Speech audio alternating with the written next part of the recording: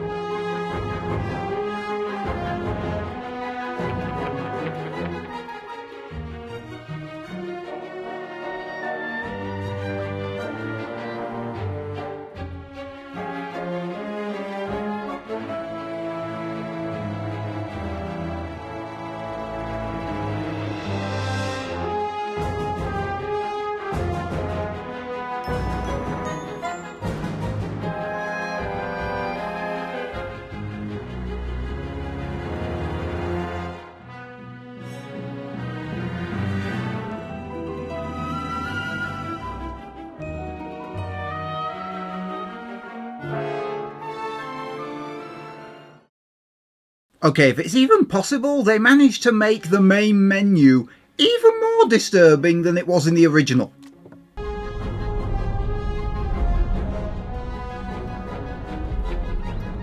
In the game Rhombus of Ruin, which by the way is a VR game and as such you probably almost certainly haven't played it, the head of the Psychonauts was kidnapped. Da, da, da. Well, he's now back at base, having been rescued.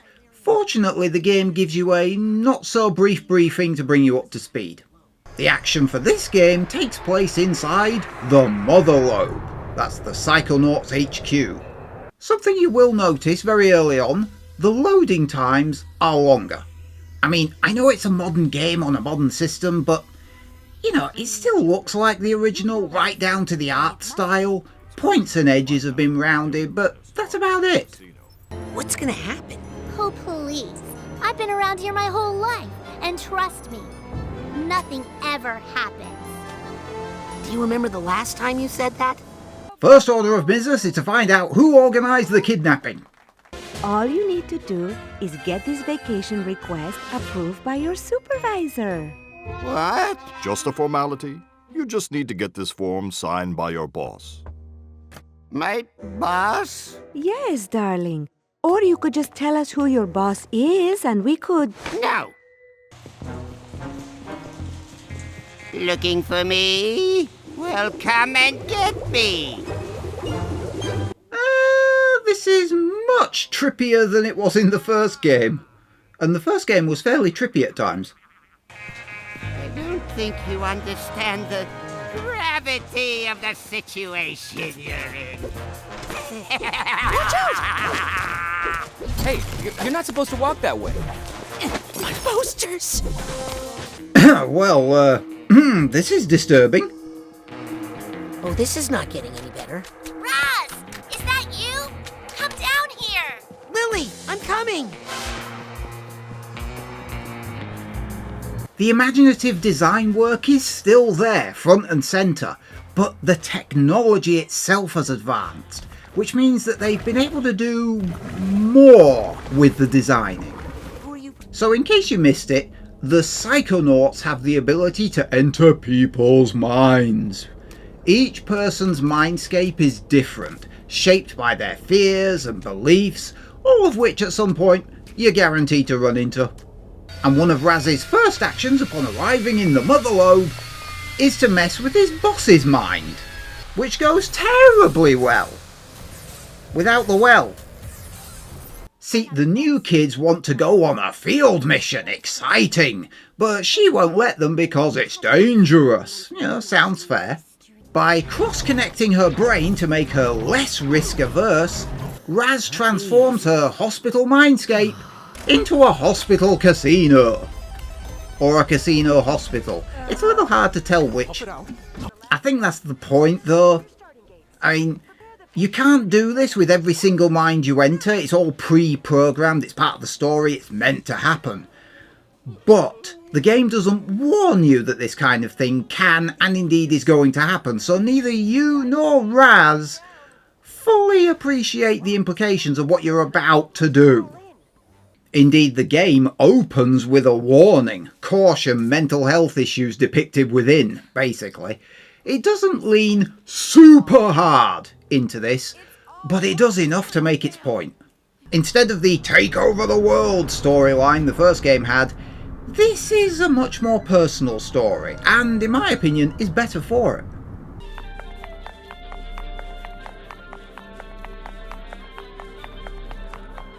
Scanning for fingerprint. Access granted.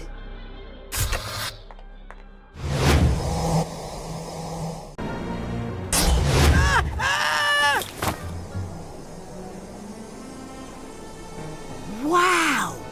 I can't believe I'm really here! Psychonauts headquarters!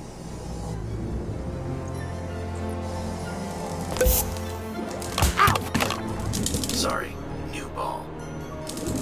Wow! In terms of gameplay, your psychic powers are much more usable this time round. Marksman has actually been given a proper name. It's now called Psyblast. Point and shoot. Pew pew pew pew pew. Except it's not quite that simple anymore, because sensors are a little bit more damage resistant, but more to the point, you can't stun them by shooting them.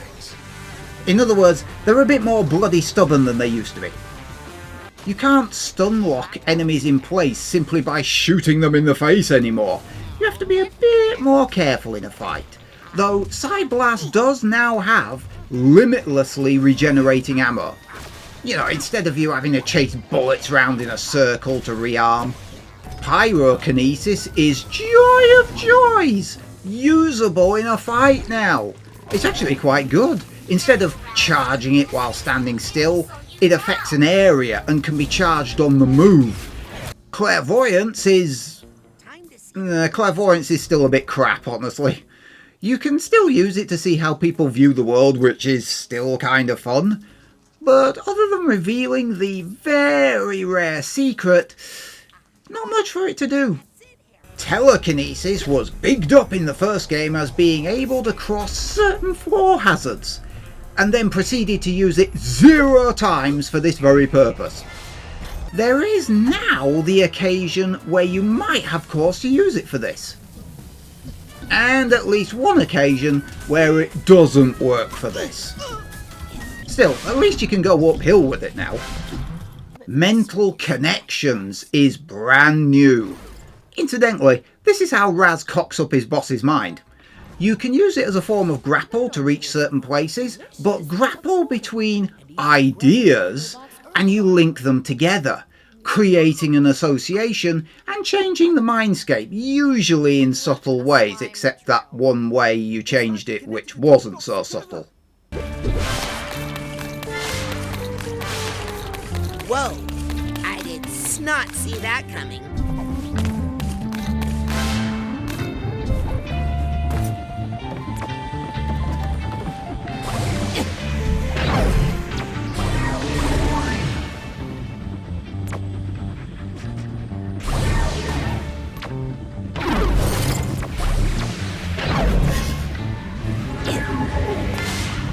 But there's more!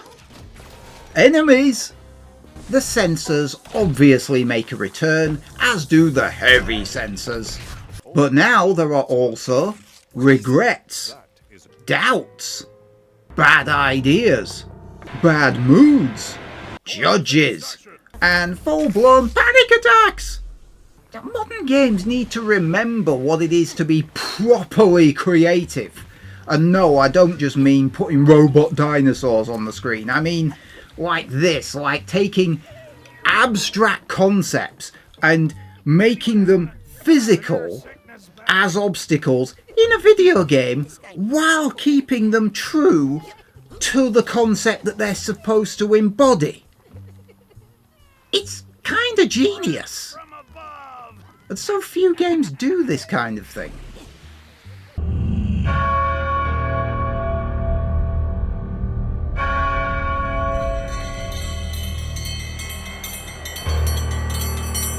Captain, Anything but this. it's time for...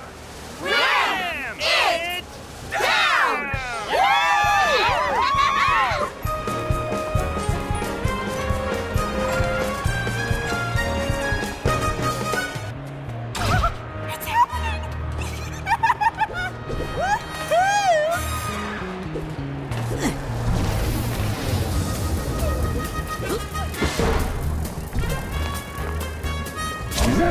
Watch pot never boils.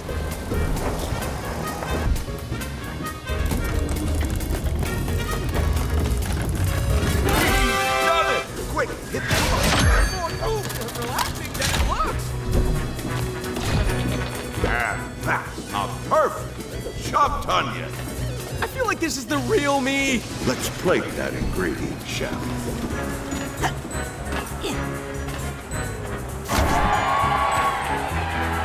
Different enemies have different weaknesses. Bad ideas, for example, vomit bombs you can throw back at them. Or other enemies, for that matter. But Psyblast isn't the kill everything power it was before. It packs less oomph now. And that forces you to learn what works and juggle powers in a fight. Fortunately, the shoulder buttons on the pad allow you to effortlessly juggle 4 powers at once. Though, like in the first game, it doesn't always feel the need to explain exactly what to do all the time. Again, like a modern game would. It gives you a limited number of options, plonks you down in front of an obstacle and says, there you go, get on with it. Admittedly, it does tell you some things, for example, like doubts are vulnerable to fire, but it doesn't tell you, for example, that you can snatch a judge's hammer right out of his hands and throw it back at him. Be careful though, he gets a bit pissed off if you do this.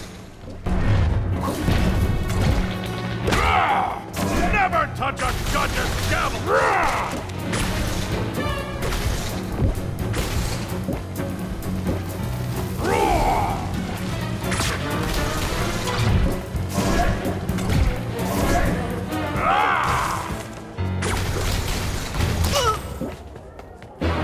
You've got the usual raft of collectibles, emotional baggage that needs to be reunited with its tag, vaults containing old locked away memories.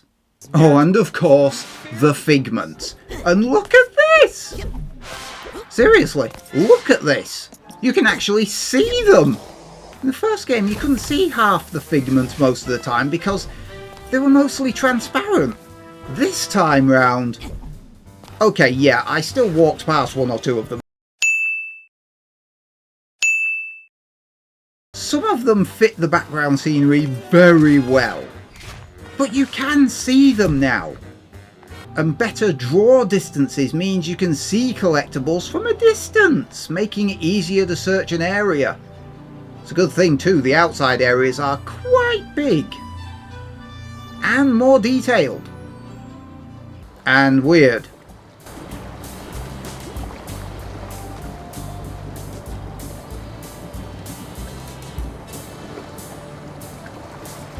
It's like they took everything that made the first game great and made it a bit bigger and a lot more sophisticated. I like it. Yep. Let's roll.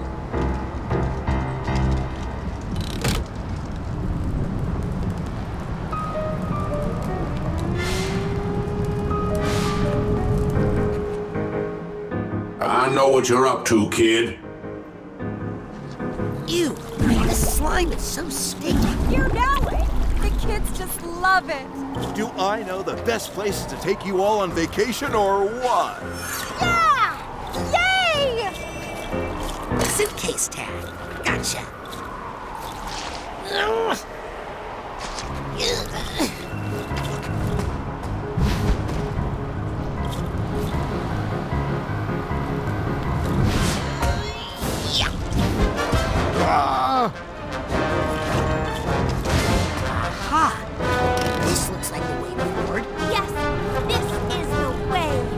The fast travel bug lets you get around someone's mindscape quickly, though it also lets you see if you've collected everything in an area as well, which is very handy.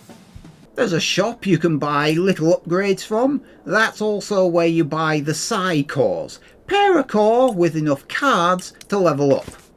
And this time I made sure to buy the mental magnet early on in the game. Last time I waited until the end and grabbing things was a pain in the arse. Sasha was all, I'll get the jet. So? Well, Oh, you mean it was like, I'll get the jet. You even eventually get a couple of gadgets. One's a camera for selfies, if you like that sort of thing. The other is a bit more practical, the thought tuner. In practice, it makes hook points for the connection's power visible, if they're not already visible. One thing you don't have to do is bugger around with the dowsing rod anymore. You just walk up to the Psychonauts and rag it out of the ground at will. You know that AA video game space that everyone thinks developers have abandoned because they have? That's where this game sits. It is a fairly short game, but somehow manages to feel bigger than it actually is. It all takes place within the confines of HQ and its immediate surrounds, but thanks to the various mindscapes, feels like you're going on a massive globe-trotting adventure. Besides the main story, there's tons of secrets to be found, some in tricky to reach places, some in hard to see places, unless you have a knack for spotting climbable walls and such like, which collectively can keep you occupied for hours. Various quality of life changes have been made, controls are smoother, powers are easier to use, enemy variety is broader, and the levels have never been more imaginative or well put together. And despite the summer camp bullies being gone and replaced by HQ copies, everyone else looks, sounds and feels familiar. It really does feel like not only has Raz come a long way, but you have as well. And if you've played the first one, what the hell are you doing? Go get this already! And their brains are no longer capable of thought. But I've preserved them here, in the brain frame. What for? Experiments. Ew. Really? No room for the squeamish in psychic science, Sonny. The mind is the final frontier of humanity, and we've only begun to explore its mysteries. That is, after all, the true mission of the Psychonauts. Someday, my brain will live here, and yours too. What? Should have read that NDA more carefully. Maybe I'm just nostalgic, but with all modern games' complexity, it's nice to come into a nice simple game, a retro-themed or retro-inspired game every so now and again. And that's what this is. It's directly inspired by its predecessor. It feels just like it, except it's like more and more, not complicated, but more sophisticated under the hood. It feels like a natural continuation. It's not surprising, really. It's the same guy who made it, so there's no reason why it shouldn't be, but it feels like it. You know what I mean? It's great when a game does that. Anyway, that'll do for this video. What did you think of it? Leave a like or dislike down below. What do you think of Psychonauts 2? Or for some insane reason you haven't played it yet, why not? Leave a comment down below. And for those of you who can't get enough of my dulcet tones, you can always subscribe, ring the bell for notification, that's a separate thing. Or if you want to inflict me on someone else, you can always share instead. See you next time.